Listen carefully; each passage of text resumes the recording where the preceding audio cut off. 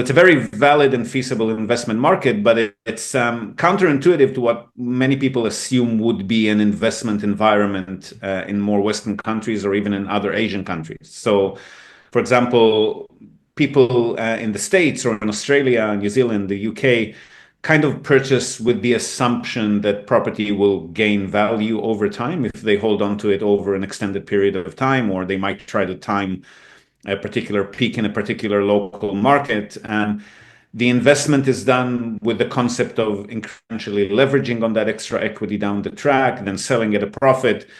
Those things, while they can happen here, are a lot less predictable than they would be in other markets. So in the last 12, 13 years, we've had growth in major metropolitan centers and recently even in rural areas, but that's on the back of 25 years of deflation where property prices were almost half of what they were in the early 90s or late 80s, right? So it could happen, but we wouldn't advise to our customers to bank on that as any given criteria in the selection of properties. If you buy a central Tokyo property, it could potentially gain value. It has been gaining in value for the last few years, but your cash flow will be very, very low.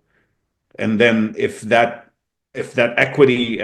rise in price doesn't occur, then you could have been either negatively geared or very close to zero over a period of, let's say, 10 years. This is a cash flow oriented market.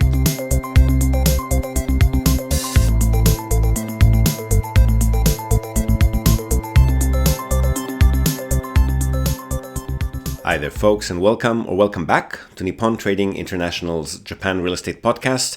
I'm your host, Ziv Nakajima-Magen, and this podcast is brought to you, among others, by Emil Gorgies of realestate.jp. He's a Tokyo real estate agent who specializes in serving international or mixed nationality families who are looking for the perfect family home. So Emil's an Australian. He's been living here in Japan for over 2 decades now, and for about half of that time he's been buying, selling, and managing real estate properties in Tokyo on behalf of his own family and a great many happy clients. And he also acts as a mortgage broker on behalf of his clients. So he's got dedicated loan officers in many of the Japanese mega banks.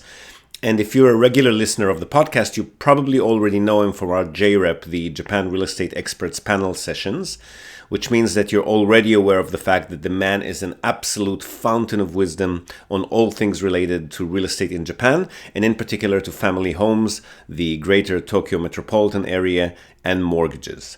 And most importantly, he's incredibly generous with his time and advice, which he's more than happy to provide at no cost or commitment to anyone asking.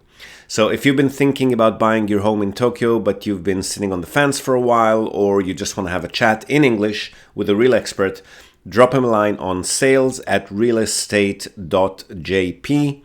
Hit him up today and start exploring your options.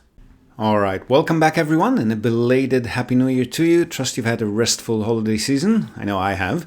Welcome to the very first Japan Real Estate Podcast episode of 2025. I honestly can't believe how long I've been doing this. We published our very first episode back in September 2017. So over 7 years and hundreds of episodes. This one is episode 326. Imagine that, which means that we've been very consistently publishing an average of 1 weekly episode, barring these holiday seasons, of course, every year for more than 7 years.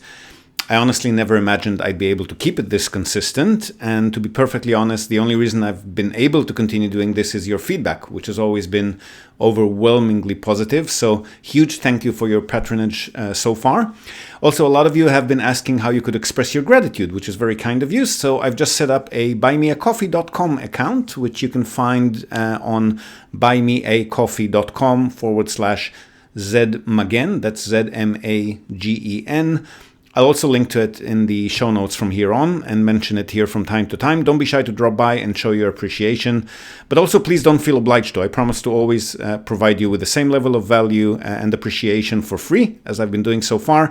But if you do want to buy me a coffee or a shot of premium whiskey, depending on the size of the donation, I'll never say no to that, of course. Thank you in advance for those who choose to do so. Okay, so for today's episode, this is a conversation that I've recently had with Mr. Sean McBride, who some of you may already know. He's an Australian gentleman who's married to a Japanese national, and he's got a keen interest in Japanese real estate, which he's been exploring for quite some time. We've been in touch for quite some time as well. He's recently set up a YouTube channel, which has been quite popular, particularly with folks interested in the market here, mainly focusing on Akiya and holiday homes, or lifestyle properties as he calls them. But also, he's got quite an interest in investment properties here in Japan. And he asked me if I could come on his channel and have a chat about the market in general, but also on quite a few specific topics. And so we discuss how to buy real estate properties in Japan, the challenges facing foreigners, and particularly non-resident foreigners who are buying here, the gap between official government policies, which are quite welcoming legally, as opposed to the boots-on-the-ground logistics of actually making it happen, Japanese bureaucracy, everything that's involved in that. We also discuss why and who should be investing in Japan, and more importantly, who shouldn't be investing in Japan. The major and minor differences between the property investment market here as opposed to other countries, how cheaply one can buy into the market here for both investment and holiday or family homes. Should folks be visiting Japan before or during the purchase process itself, how to work with Japanese realtors, and of course also about the services that we provide, how much they cost, who could benefit from them. We also discussed due diligence and what that looks like for various property profiles and categories, the huge culture and language gap, how to manage properties remotely for those who, like most of our clients, don't actually reside in Japan. And we also talk specifically about buying Akiyas, what buyers should be aware of before pursuing those properties, how to search for them, Japan's demographics and how those might affect investment decisions. And finally, a bit of a deep dive on condos or mansions in more detail. What are they all about? What are they good for? What our tenant base might look like? Where to purchase and what features to look for in these investment properties? And much, much more. So a very thorough conversation on all aspects of the property market here. Hope you'll enjoy it. And then at the end of it, I've also attached another shorter segment of a more personal nature that may or may not hold interest for you. I'll tell you all about it at the end of this first conversation, and you can then decide if you'd like to carry on listening or skip ahead. I will definitely not be offended. But first, as promised, my conversation with Sean McBride. I know that the idea of buying Japanese real estate can seem intimidating, especially if you don't speak Japanese. So today, I want to introduce Ziv Nakajima-Magen as my first guest to help ease your way into the sometimes confusing Japanese real estate market. Ziv is co-founder of Nippon Tradings International, a buyer's agency and portfolio management firm based in Japan that helps take the confusion out of buying Japanese real estate for foreign nationals, such as people like myself. Now, Ziv and I have been communicating over the past year, and he's been extremely helpful and patient in cutting through my misconceptions about Japanese property, for which I am very grateful. Welcome, Ziv, and thanks for taking the time today. Pleasure. Admiring your work, actually. I've been looking at your, checking out your journey on YouTube, and it's fascinating. It's fascinating to see you being fascinated by stuff. Thank you. Thank you. And look, I'm a novice, even though I've been here a number of times. I'm still a novice when it comes to Japan. I don't speak the language much yet, only a little bit. And you've been here for, how long have you been here now? Just going on 12 years now. 12 years. Well, you can do a lot in 12 years, as I've seen from looking at your stuff. You've set up a pretty impressive organization. The thing about Japan is that, unlike some Asian countries, there's no issues for foreigners to buy properties in Japan. Which is great. Legally. Yeah, legally. Legally. So given that there's no issue with that, firstly, Ziv, what do you think is the biggest obstacle to a foreigner in buying property in Japan? Well, it's like a lot of things in Japan. There's this gap, chasm, I would say, between official legal / national government policy and then boots on the ground practicality and logistics. So, like you mentioned, there's no legal barrier for anyone who wants to purchase property in Japan. There's no extra taxes. They're not limited to certain types of properties. They're actually the only country in Asia Pacific that doesn't have any of these limitations. Right. But the banks won't let you open a bank account. The real estate agents are terrified of working with you for fear of misunderstandings. Landlords don't want to rent to you, not even in a case of a purchase, but even renting is very difficult, often even more difficult. You get over to a lawyer's office or legal affairs bureau to handle the ownership transfers, any government agency. It's very rare that anyone would actually be able to communicate with you in English. Documentation would be in Japanese. And while you're legally allowed to buy the property, you're not legally allowed to sign documents that you can't read. So there are all of these little smaller and bigger hurdles that you have to navigate through to actually practically logistically manage a purchase and then management of a property here. Okay, I have come across that myself, and even my wife, who's Japanese, has had dramas trying to open a bank account here because we're just back in the country after many years, and that was a long, tedious process as well. So everything is very bureaucratic. I mentioned in my last video, I think that you can open a bank account here, but you really have to be a resident. You can't just be a foreign national, can you? Correct. Yeah. Yeah. Okay. Yeah. So as you know from our discussions, my interest in Japanese property revolves more around lifestyle rather than investment. But I think many people would like to know whether Japanese property is also an investment opportunity. What's your feeling on that? It's definitely an investment opportunity. Our company has been around for about 13 years now, almost 14. And at the start, I'd say about half of that time, all we were doing was investment properties. So we initially started our journey by purchasing investment properties for ourselves, and then figuring out that people could use help with the process, started to market our services to other people. Until the Akiya boom, and until we started getting more and more inquiries about, like yourself, about people interested in holiday homes or family residences or short-term stays, we haven't actually done any of that. So before we even started with holiday homes, we already had a couple of hundred of investment property purchases under our belt. So it's a very valid and feasible investment market, but it's counterintuitive to what many people assume would be an investment environment in more Western countries or even in other Asian countries. So, for example, people in the States or in Australia, New Zealand, the UK kind of purchase with the assumption that property will gain value over time if they hold on to it over an extended period of time, or they might try to time a particular peak in a particular local market. The investment is done with the concept of incrementally leveraging on that extra equity down the track, then selling at a profit.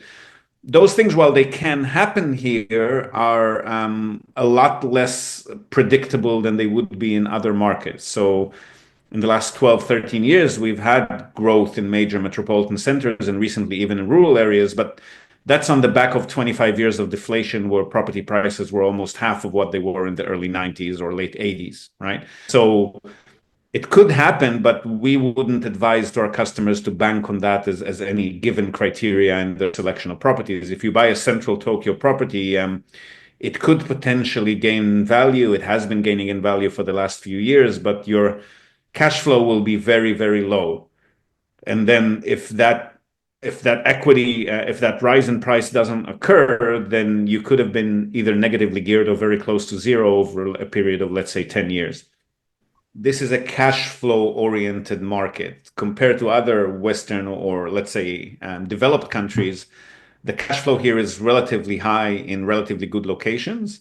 The other attraction of this market is that even now, after these last 12, 13 years of growth in many places, there are still many, many places in Japan that are good tenancy markets, but are still very affordable. So that affordability also translates into diversity, into hedging, right? For the price of a single asset overseas, you can buy 4 or 5 of them here, all of them generating income. If one tenant moves out, you've lost 20, 25% of your income stream, not the entire income stream like you would if you owned a single asset. So the affordability enables people to enter the market at a lower level, and also enables people with a higher budget to diversify more. And that translates into geographic diversity over the country, socioeconomic, different types of tenants, different types of properties, a lot of things that you can do with that. And I think the third attraction to this particular investment environment is that it's very headache and hassle free. So you've mentioned the bureaucracy and everything being done in a certain way here. That also translates into a lot of peace of mind. So everything is got a paper trail to the moon and back. The professional companies and that you work with here in Japan are, I mean, they might be more or less professional in what they do, but they're never going to have their hand in your pocket, or you don't need to be concerned that they'll, declare bankruptcy and run for the hills with your money. Those sort of things don't really happen here. It's a very legal recourse kind of well documented, well monitored and controlled environment, which appeals to people like me. It doesn't appeal to other people, obviously. Sure. And the tenants as well are very hassle-free. They like to stay in the same place for as long as they can. They prefer for nothing to change. They're not going to trouble you with constant requests and complaints and cause damage to properties. Drug labs, ghettos, looters, squatters, those kind of things don't really happen here. Right. So that enables, again, people who are that way inclined. It's not everyone, but myself, for example, I like to set and forget, right? I like to complete a deal, put it in place, know that the income is coming in regularly. I don't need to worry about it and move on to the next deal. And I can do that here. In other countries, I constantly have to be tweaking and monitoring and making sure that no one's, doing anything that they shouldn't be doing with the property. It's just hassle-free, headache-free market. So from those aspects and others, we can discuss that, to the moon and back, but it's a very attractive investment environment for people who are interested in those aspects. If you're looking for a quick deal, money to be made over 3-4 years, exploding, borrowing again against your equity, creative finance, that's not a market for that. Right? And I like that. And you know how crazy the prices are in the Australian real estate market at the moment. In my hometown, and I mean, you lived in the Gold Coast. My hometown is Brisbane. The median house price there is 925,000 Australian dollars, which is just over 600,000 US. Now, let's say I wanted to buy a property in Japan. That buys me, I gotta point out, that buys me a couple of small buildings, 4 to 8 units in good location. It's great. Suburban metro center. And that brings up my point. And let's say I wanted to buy a property in Japan. What, in terms of, say from an investment point of view, like apartments, that kind of thing, what do you feel is the lowest price that someone could expect to start with to get into the Japanese housing market?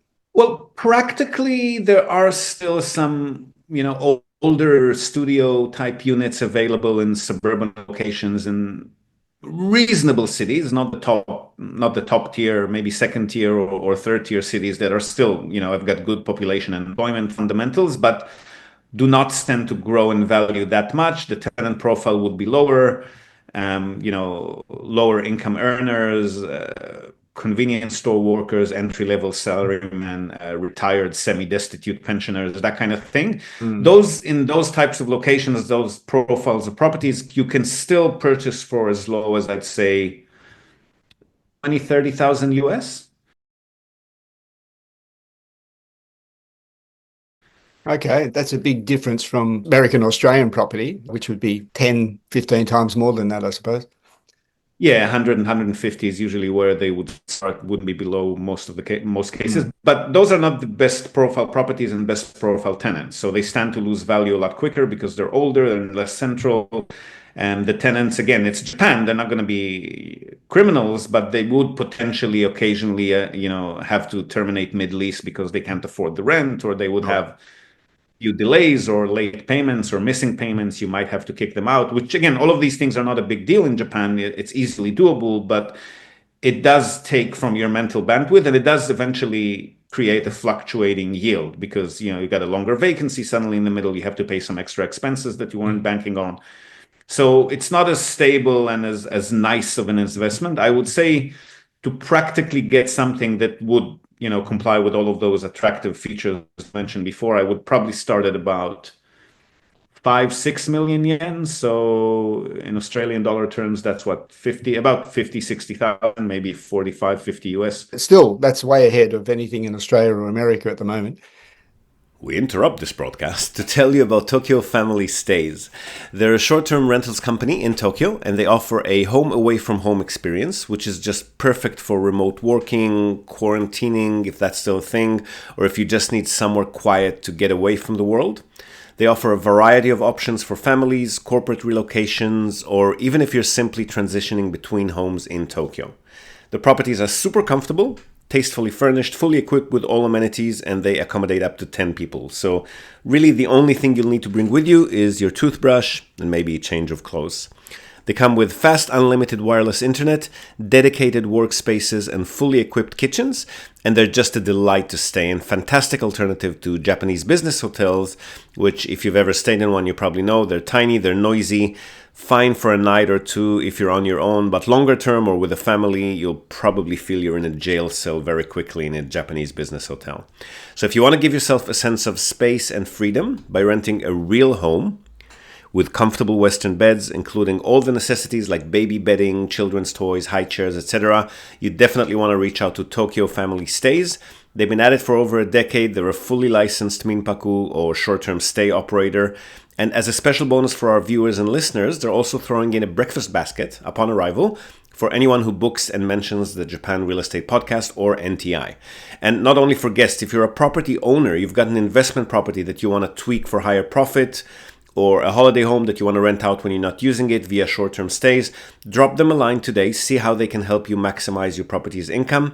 And again, as a special bonus to our viewers and listeners, they're also offering a free audit of your existing short-term stay listings without any obligation whatsoever. So feel free to reach out to them at tokyofamilystays.com. Well worth a visit. And again, if you're in the market for a family home in or around the Tokyo metropolitan area, Emil's your man. Don't be shy to reach out to him as well at sales@realestate.jp. And now, back to the podcast.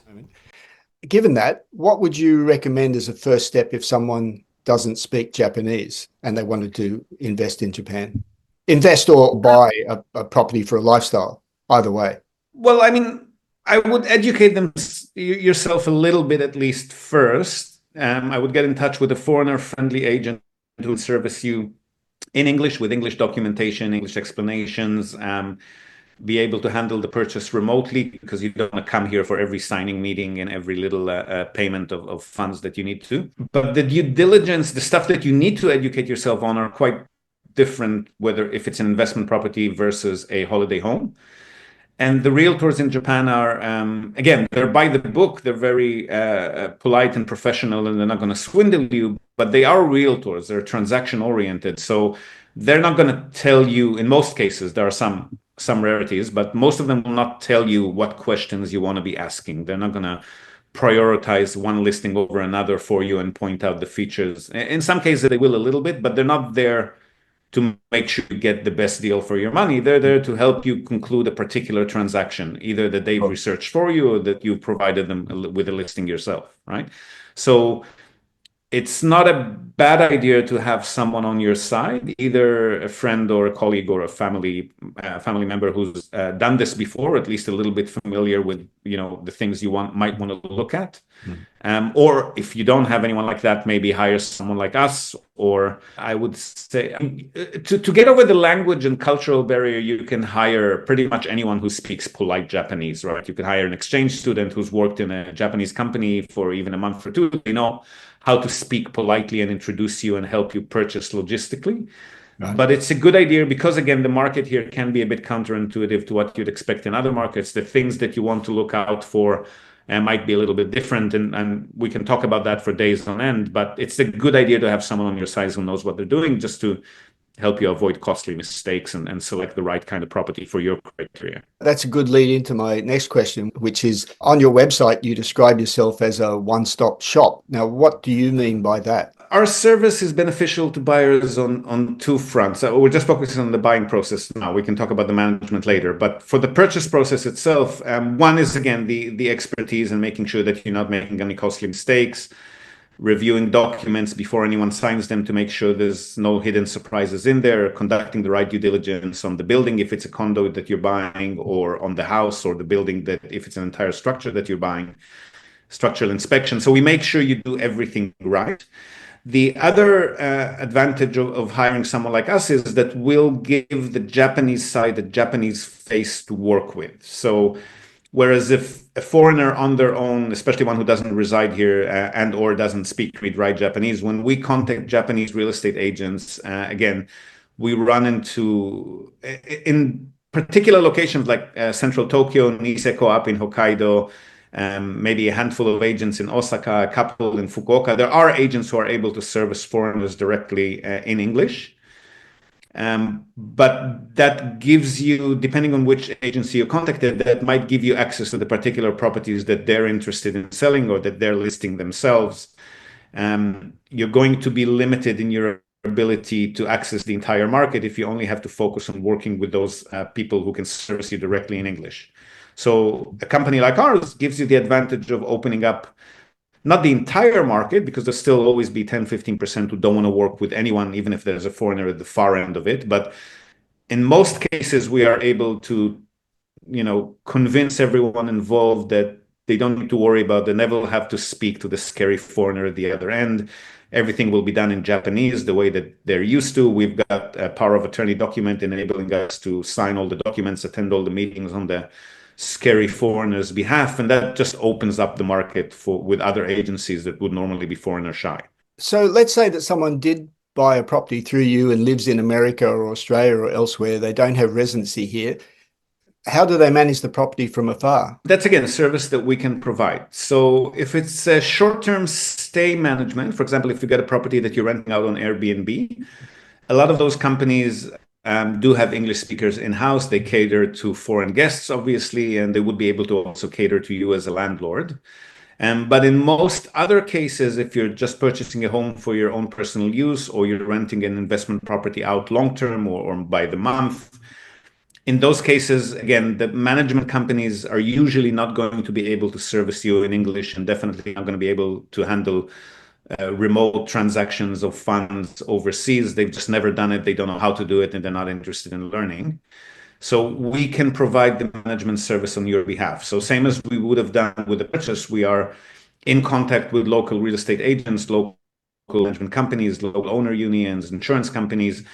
We would do the same thing by collecting your income into our own bank accounts, because you can't open a bank account, providing you with an annual statement of income and expenses, sending funds to you when you want us to. We'll be the contact person for utility companies, for cleaners, for gardeners, building management companies, insurance companies, and so forth. So again, single point of contact for you, and we will be handling all of the third parties in Japan on your behalf. In my case, as we've discussed in the past, my interest has always been Akiya as a lifestyle choice. And like you, I have a Japanese wife, which makes the journey easier. But for someone without that advantage who can't speak Japanese, is buying an Akiya itself something you could help them with? We can definitely help them with it, but we always ask them in advance if they know what they're getting into, because you've been exploring the topic for quite some time now, so you're fairly well educated. But a lot of the people who approach us for the first time approach us based on a dream or an article that they've read in some magazine, or a show that they saw on the internet somewhere, where there's this couple and they bought this property, $5,000 or $2,000, and they've turned it into a dream home in the Japanese countryside, or running a successful Airbnb, or whatever the case may be. Those dreams are all achievable, but there are a lot of obstacles on the way to getting there, right? If you're buying a very cheap property, it's going to need a huge amount of renovations. It's going to cost you several times the price of the property again in many cases. And the cheaper it is, the more likely the cheaper and older it is, the more likely that is to be the case. In some cases, you find out in a structural inspection damage, whether it's termites or tilting or sinking or the roof, like something is in such a bad condition that it's not even worth fixing. And then you might be stuck with a property that would be cheaper to just demolish and rebuild a new property, but that wasn't within your budget that you've specified for yourself. You might be operating in a neighborhood where the community is not that welcoming to foreigners, whether from overseas or even from within Japan. I mean, there are some very rural communities that are not even welcoming to people from Tokyo, right? And there are a lot of shows and articles in Japanese media talking about this exact topic. You might be finding it very difficult to find local contractors to work with for various reasons. You might have not factored in the fact that, yes, there's a bus running to and from somewhere nearby the property, but that bus only runs twice a day. There are a lot of things to look into when you're purchasing an Akiya in the countryside. And the further away from the city and the cheaper it is, the more that becomes true. There are a lot of checkboxes that you want to tick. And there's a lot of practical discussions to have about what exactly you're planning to do with that property and how feasible that might be, that we would normally recommend to conduct before pulling the trigger on a purchase like that. That's very good advice, because I've been finding that myself. Every time I find a place, I find there's some issue of many, many different issues. One or two will pop up in each case that rules it out for me. So yeah, very good advice. I enjoy visiting different areas in Japan and looking at the Akiya. And once I decide on a place, as we've discussed in the past, Ziv, I'm going to get you to handle the paperwork and do the due diligence on it and all that kind of thing, right? Now, that's one of the services that Nippon Tradings offers. But let's say, Ziv, that I don't want to go through the hassle of searching for a house and or an Akiya and get you to do all that for me. If so, what sort of costs are we looking at? Well, our service would include research, but in the case of people who are buying like yourself for personal use of various sorts, you're always going to be the best filter, right? So the research because you can look at a few pictures, a floor layout, a map, pin location, and immediately know if that property ticks your boxes or not. Look at the interior features, the exterior features, and if it appeals to you or not. With us, it's going to be a lot more of a hit and miss situation, because we don't live in your head. We don't know what exactly appeals to you on a personal level.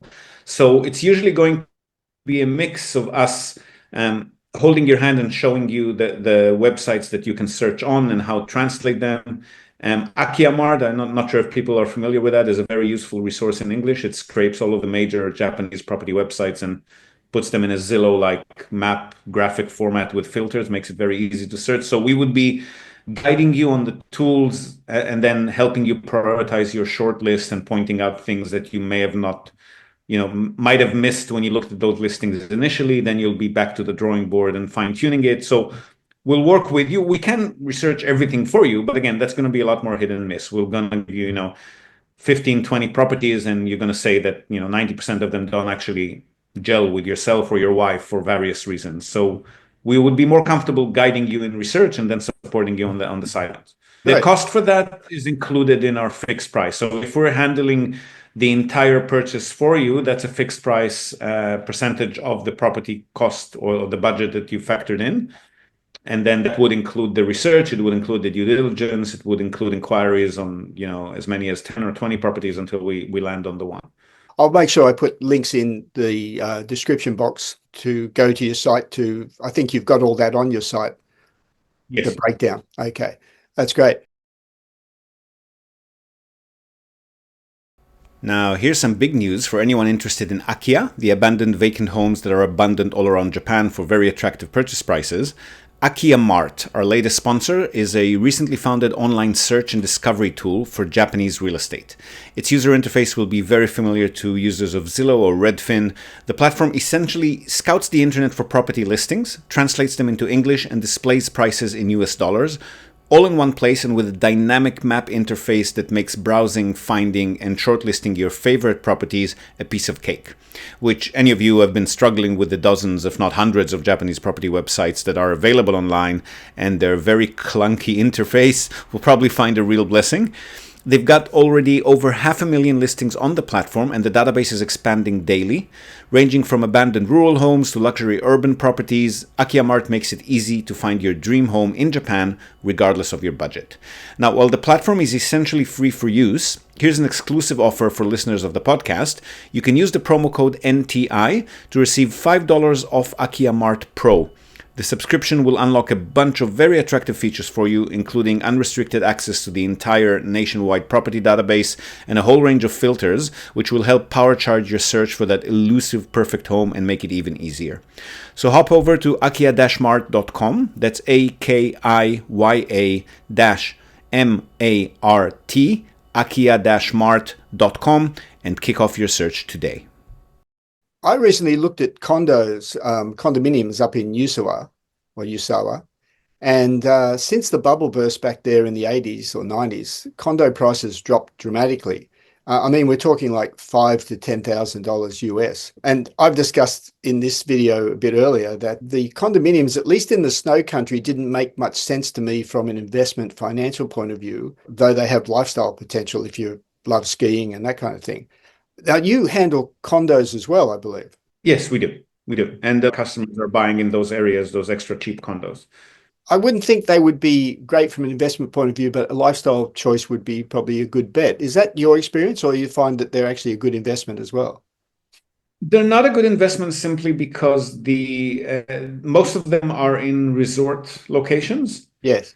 And resort owner unions are usually very much against rentals, right? So even long-term rentals, definitely monthly or short-term rentals, um, they might not be able to legally block you from renting out at least long-term or monthly because that doesn't fall under short-term stay regulations. So they can't legally prohibit you from doing that, but they will be making life very difficult for your property manager and for your guests. So most property Right. managers would not handle rentals in resort condominiums.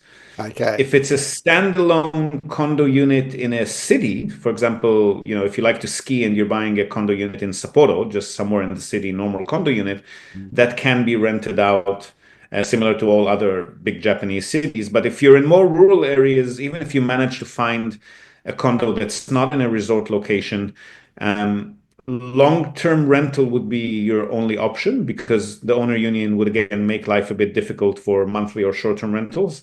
Right. Short-term rentals would not even be possible legally without their approval. And with long-term rentals, if it's a resort type of location where people only come for a few months of the year to ski, there's not going to be that big of a tenant base who will want to rent that out from you long term, right? I mean, aside from the winter tourism, those locations don't really have many people coming to them throughout the year. Mm. And definitely nobody living there out of season. So no, they don't make for the best investments unless, again, you're buying an entire structure and repurposing it into a short-term stay hospitality property within city regulations and you get your license. But that's running a business. It's not a passive or semi-passive property investment.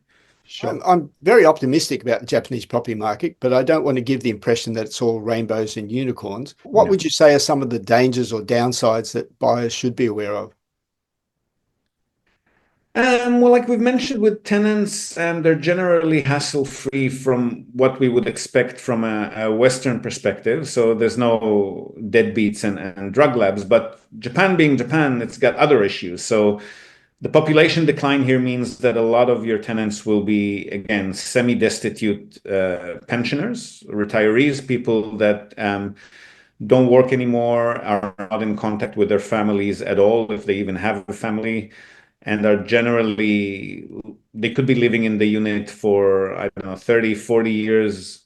Definitely, we have a lot of tenants who have been there for 10 and 20 years. And especially the men tend to be, unfortunately, very heavy smokers in many cases. They never open the windows. They don't want to deal with anyone outside of the property, so they're not going to contact the property manager when the wallpaper starts to peel or the mold begins to grow in the bathroom. And then when they move out or pass away, then you walk in there and it's a bit of a disaster, right? It's not a disaster because of any damage that they've done, but it's just neglect.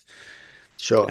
You have hikikomori, like those social recluses who, again, even a younger crowd can just stay in the property, never leave, do their entire life's business in there without once opening a window or a curtain, and obviously that takes its toll on the interior. When you're buying in buildings that are close to 40 years or older, that's when the building will start taking a lot more maintenance on a more regular basis. And building fees, as a result, will be escalating a lot more quickly once the building hits about 40 years. That obviously eats significantly into your yield and into your resale price as well, because those tiny units will be bought by investors and they're not going to buy it, unless they reach a certain yield level. So your price tends to start falling off a cliff when they hit about 40 years of age. I mean, there's all kinds of little tips and tricks. I mean, you want to purchase a property that's within 10-minute walk to a subway or train, in some cities, maybe tram station. If it's a major station like Tokyo Station in Tokyo or Hakata Station in Fukuoka, then maybe 15 minutes is okay. But beyond that, it'll be hard to tenant. First floor units, especially ones that are, easily viewable or accessible from the streets, are going to be shunned by single females. Yeah, I mean, again, it's something we can talk about for days and weeks on end. Buildings of 5 floors and less might not have an elevator. You want to look into that before you purchase a unit on the 5th or 4th floor, because again, Japan's population trend being what it is, a lot of your tenants are going to be elderly, and then they're not going to walk up 4 or 5 flights of stairs. Single moms with tons of shopping bags, same story, right? So the building's renovation history needs to be correlated with how much they've got in their reserve funds to make sure that they're not out of money and will need a big renovation soon, and that'll double the monthly fees again. I mean, endless. With a house, we've mentioned the structural inspections required, potential disputes with neighbors. If you're buying a very old house, it might have been constructed pre-zoning regulations. Part of the house might not be registered. There might be roads leading to the property that are actually owned by private property owners and not public roads. You want to make sure there's a memorandum in place allowing you to use, again, endless. Endless. Okay, great info, Ziv. Now, as you know, the demographics in Japan is a bit of a problem, and it's predicted to decrease quite dramatically, the population diminishing over time. So I'm just wondering, I know you don't have a crystal ball, but what's your feeling about the future of property investment or buying property in Japan? Well, from our perspective, and it's been that way since definitely we got into business, and I'm sure before that, and I think that will continue for at least the next few decades. What the demographics are doing is that the smaller local villages and townships are conglomerating into the bigger cities. So if you look at the population from most of the big cities in Japan, they're all either stable or increasing in value, increasing in population to various degrees. That is unlikely to change in the next few decades, regardless of what the government will do with increasing birth rates or immigration, if they will. So from my perspective as an investor, I never look more than 5 or 10 years ahead because I'm not going to know what's going to happen. What I'm looking for is to get my capital back or close to it within a certain amount of time, and then reselling and looking at what to invest in next. So thinking beyond 10 years is going to be a bit difficult for me to estimate in any case. I don't know what's going to happen macro and microeconomically. I would like to think that Japan's government will at some point wake up to the crisis and start dealing with a more organized and larger immigration, or finally tackle the white elephant in the room, which is women not being able to effectively work and have a family at the same time. I mean, the birth rates are basically families voting with their wombs, right? They're Yes. not feeling the ability to financially or even lifestyle wise support having children, so they're not. I'm hoping the government will. I mean, I've had some hopes with the previous prime minister, but now, when he finally got into position, his cabinet looked like the same old elderly penguins in suits. I didn't see too many women there, and now he's gone, and there's a new. I don't know. I don't know if they'll wake up to the challenge or not, but I'm looking 10 or 20 years ahead, and the fundamentals of investing in particular locations in Japan during that period of time hasn't changed yet. If it will, we'll go elsewhere. So I also want to point out that Ziv runs the Japan Real Estate Summit each year, and you can attend in person or online, I believe, Ziv. Yes, that's correct. Twice a year, usually in April and October. Okay. And I think you also run other events that you can sign up for and get your newsletter as well. Yes, we do occasionally have little webinars, seminars. We do investor tours in various parts of the country that people can sign up for, or we can organize a private one for them. So anything related to real estate. And I've got another company, Nippon Bridge, that helps with other stuff. So people who are considering relocating to Japan, investing in businesses in Japan, we do a lot of that as well. I think you're a great first choice, even though I'll be covering other people in the future. Mainly, I think that you're a good choice because you're quite easy to get along with, and your company's services are really comprehensive. People can take all or some of those services depending on their circumstances. For people watching, I highly recommend Ziv. I think you'd be happy for people to get in contact with you if they have questions or they're interested in using your services. Yes, of course. We're always happy to talk shop. At the moment, we're a bit swamped. We haven't properly prepared for the growing pains that we're experiencing now. So we're in the midst of recruiting and hiring and training, and we're not going to be able to do the full purchase facilitation, single point of contact that we've just mentioned until early or mid next year. But what we have been doing is we've been putting people directly in touch with foreigner-friendly agents, and then we join in as consultants and hold their hand along the way. So the process is logistically identical. They just need to talk to one other third party except just us. Okay, well, if those full services will be available in the new year, that's great because it gives people more chance to actually do some background research before they get to you instead of coming in cold. And if not, we do love to talk shop. I mean, we love it even more if we can record the conversation because it brings value to other people as well on our Japan Real Estate podcast or YouTube channel.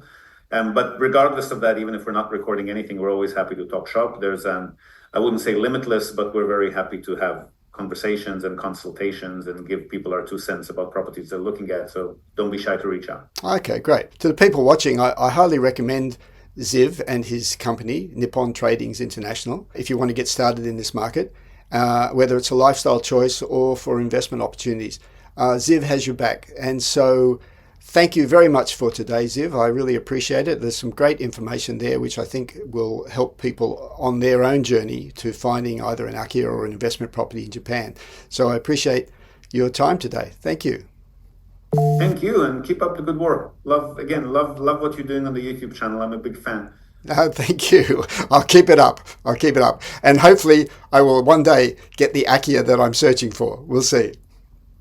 Oh, we'll get there, I'm sure. For sure. Thanks for your time. No worries. Thanks for that, Ziv. Now, if you've attended any of our recent JREP Summit events in Tokyo or online, you've probably heard our sponsor, Robert Miller from Innovatious.com. He's been in web solutions here in Japan for the past 25 years, and he's also an active investor in Japanese real estate property, as well as global online property, which is his specialty and what his company Innovatious is all about. They offer a full suite of website services for entrepreneurs and small business owners, including all aspects of web design and management, backup and updates, content formatting and editing, proactive maintenance and error fixing, you name it, with a strong focus on SEO excellence, which is what gets you those hardcore top-of-the-list search engine rankings. But there is a difference. Innovatious works off a simple, all-inclusive monthly subscription model, as opposed to the typical outdated and confusing project model. So you never have to wonder how much any request for any work to be done on your website might cost. It's always $497 per month. And if that's not enough, if you've mentioned you've heard of their services on the Japan Real Estate Podcast, you'll also get 10% off this monthly price for life. Also, and equally important, if not more, you can try out Innovatious for just 1 month, then switch them off, on again later if you want, and so forth. There are no minimum subscription terms. Now, if you're a small business owner, managing and growing a website is super distracting and time consuming, right? That's exactly where Innovations comes in. Robert's team takes care of all of that for you so that you can focus on what you do best. So feel free to email Rob on robert@innovatious.com, and his team will conduct a full SEO and website audit on your site, reveal anything that you should address to increase your website's appeal, and provide you with an easy-to-read detailed report with your own branding so that you can make some informed decisions on your online strategy and watch your business grow as you implement it. So once more, robert@innovatious.com. Drop him a line and get your website reviewed today. So there you have it. That was a pretty impressive range of topics we've covered there in a pretty short time, I thought. I hope it brought some value to you. Now, as mentioned at the start of the episode, I'm also attaching a shorter segment to finish things off. This one is more personal in nature and isn't really related to real estate, so you might want to skip it if it doesn't hold interest for you. It's an interview that I've given to a couple of very young and very enthusiastic international business students who are asking if they could interview me on the topic of doing business or working in a business in some of the environments that I've been immersed in over the decades. So mainly working in corporate environments in both Israel, where I was born and raised, then in Australia, and finally here in Japan, where I've been living and working for the past 12 years or so. So we discussed the differences in communication styles, decision-making, project execution, time management, and a few other aspects that can be vastly different between these countries and business environments. So again, not really real estate related, but hopefully might hold some interest for some of you who like this sort of topic.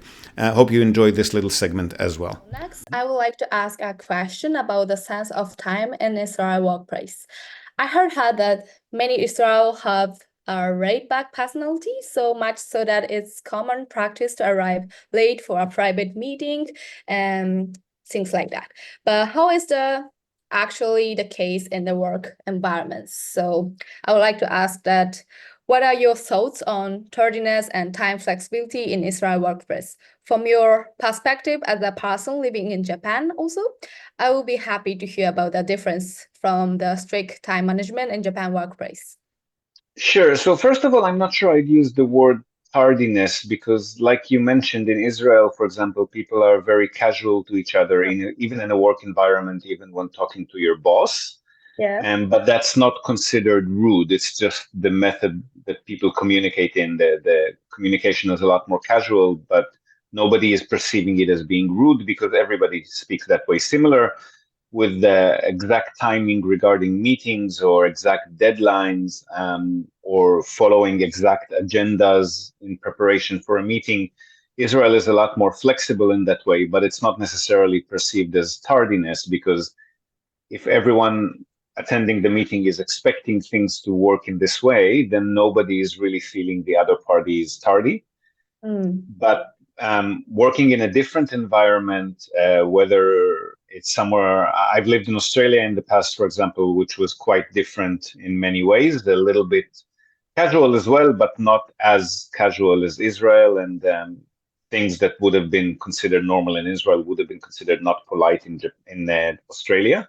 And in Japan, it's even more strict than that. So compared to Japan, definitely arriving to a meeting, even exactly on time, is considered like the two of you logged into the Zoom room about 8 minutes before the conversation, right? This is very common for Japanese people to arrive somewhere ahead of the meeting and just wait outside until the right time arrives. So when we deal with foreign clients, whether they're from Israel or elsewhere, we often need to instruct them ahead of the meetings that arriving to a meeting late in Japan, or arriving wearing clothes that are too casual, or speaking in a certain volume, or jumping into a conversation without the other party having finished, all of those things are considered rude in Japan. So yes, there's a huge difference, and that needs to be explained to people when they do cross-cultural business. Okay. So then now, how do you manage your own time at work? I mean, how do you manage your work time yourself? In what sense? I mean, I use a calendar and I put appointments on it. How do Something you like mean? that. Yes, I have a calendar. I have to put appointments on the calendar, and I have to do my best to make it on time, same as everybody else. Is that what you meant? Yeah. Do you feel like you have a sense of more Japanese sense of time management, or more Israel? More of Israel? Definitely more Japanese these days. Oh, I've lived really? here. Yes, I've lived here for 12, 13 years here. And these days I get offended if somebody is late to a meeting as well. When I was working in Israel, I probably wouldn't have been. I see. Thank you. So I found it very interesting to learn about the difference in barriers regarding time between Israel and Japan. Thank you for answering my question. So I'll give it to Akiya next. Good morning. Thank you Good very morning. much for your time today. My name is Aya Naruke. My question is about how cultural backgrounds affect communication and leadership style in businesses. So I grew up both in Japan and Malaysia. I understand that you, Mr. Ziv, have worked in various cultures as well, including Japan, Israel, and Australia. I'm particularly interested in how Israel culture influences business practices. So today I like to focus on communication leadership in Israel business culture and ask you a few questions about it. Once again, thank you for your time. So let me start by asking about communication, as it's often mentioned all of the article that Israel communication tends to be frank and direct. That is opposite from Japan. That's very true. Okay, so how looking at like about verbal communication, how do you balance verbal communication with non-verbal cues such as body language and eye contact? Well, let's focus on Israel first. Eye contact is much more direct. It doesn't apply so much, I think, to work environments, because in a work environment, even in Japan, people make direct eye contact. It's considered impolite in most cultures to not meet the eyes of the person you're speaking to directly. But in Israel, for example, you'll notice that even when you're walking down the street, everybody who's walking in front of you is making direct eye contact with you. In Japan, that's very rare. People immediately look to the side. They try to avoid making direct eye contact because it's considered rude to stare at someone. So that doesn't exist in Israel at all. Communication style. So Israelis do speak with their hands a lot. So we do use nonverbal communication, but in a very different way from Japan. I mean, we would use our hands or our gestures to emphasize things. In Japan, the hands and the gestures are sometimes used instead of speaking. So in Israel, for example, I say, yes, of course, and I'll wave my hands around. In Japan, somebody would try to indicate by lowering their eyes or tilting their head or doing something a lot more subtle. Even without saying anything, they would try to indicate that something is challenging or interesting or not perceived well or perceived very well.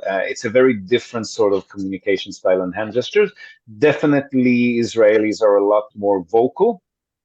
So in Israeli culture, raising your tone as emphasis or lowering your tone in agreement is a lot more common than in Japan. In Japan, the verbal communication tends to be mellow in tone. There's a little bit of intonation in the end of sentences to indicate if it's a question or a statement. But there's not much intonation involved in the language. So yes, communication styles are very different. Thank you. I felt like it's very more of like Italian culture. It's more Yes, like, very similar. yeah. So having worked in multiple culture, how do you feel Israel differs from other nation in terms of like communication styles, such as like not about verbal, but communication style? So we've mentioned being direct and frank. Israelis don't tend to cushion their words. So if we're in a meeting, especially if you're feeling close to the people that you're meeting with, for example, a client that we've worked with for a very long time, or people on our team, even if it's including our boss, Israelis would normally feel very comfortable to immediately respond with what they feel and think about something that somebody else said. So, for example, if somebody would say something, would float some idea, and I had a criticism about it, I would normally feel comfortable to say, no, I don't think that's a good idea, because, and the closer you are to the person, the more casual this communication gets. So if I'm very friendly with my teammates, I would say it's something like, no, what are you talking about? That would never work. That's a very normal way of communicating in a work meeting in Israel with people that you've been working with for a while and you're feeling comfortable with each other.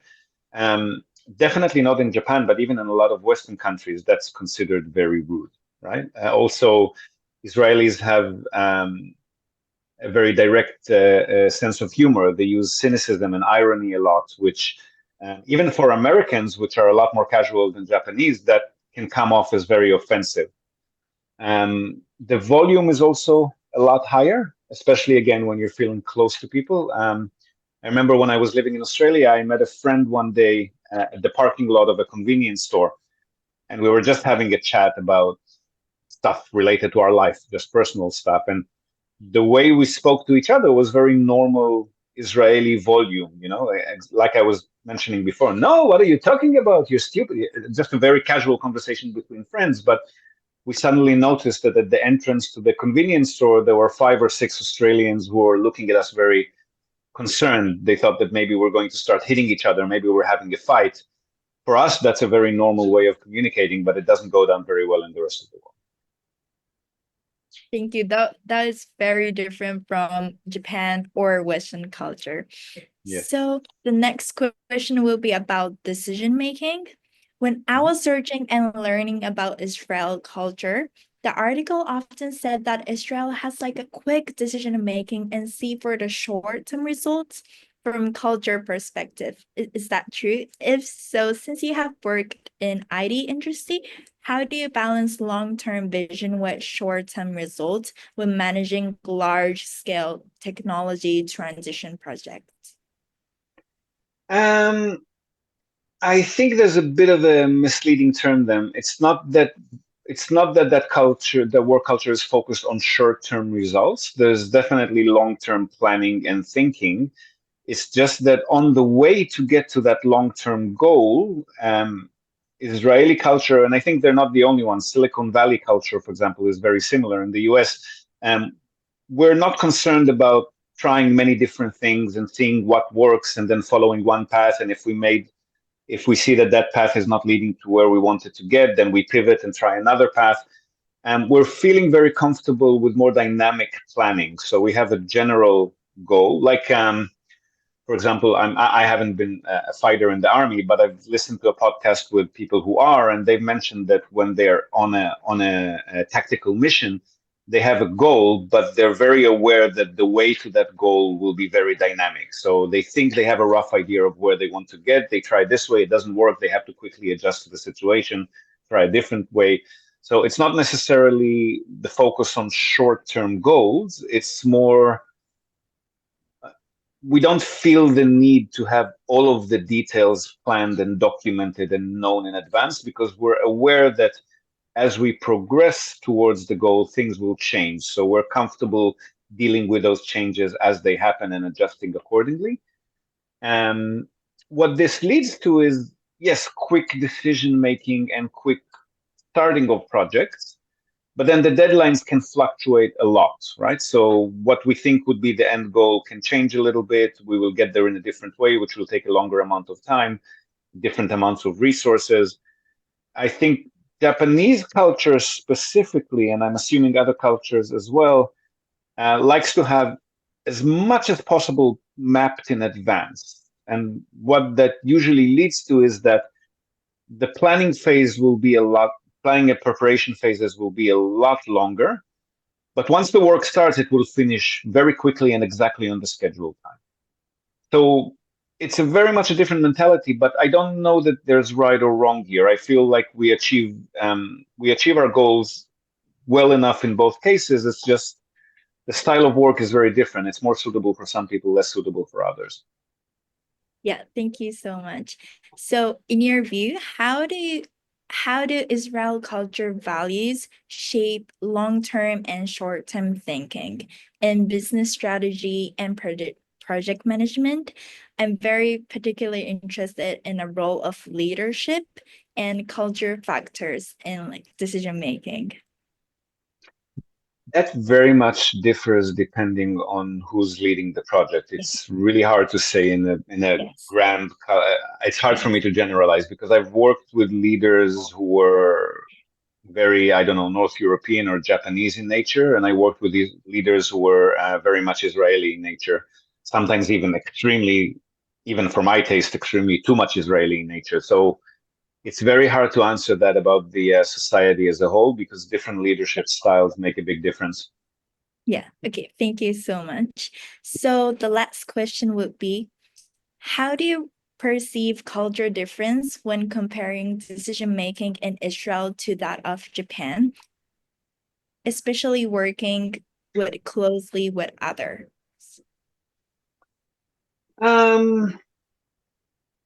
I think this is where Japan is a little bit different to the rest of the world, because Israeli culture is similar, I think, to a lot of European and USA-based Western cultures, definitely similar to Australia, where I worked, where generally speaking, I mean, occasionally you have a micromanaging boss, but generally speaking, leaders give their teams a lot more decision-making capacities and freedom to try things.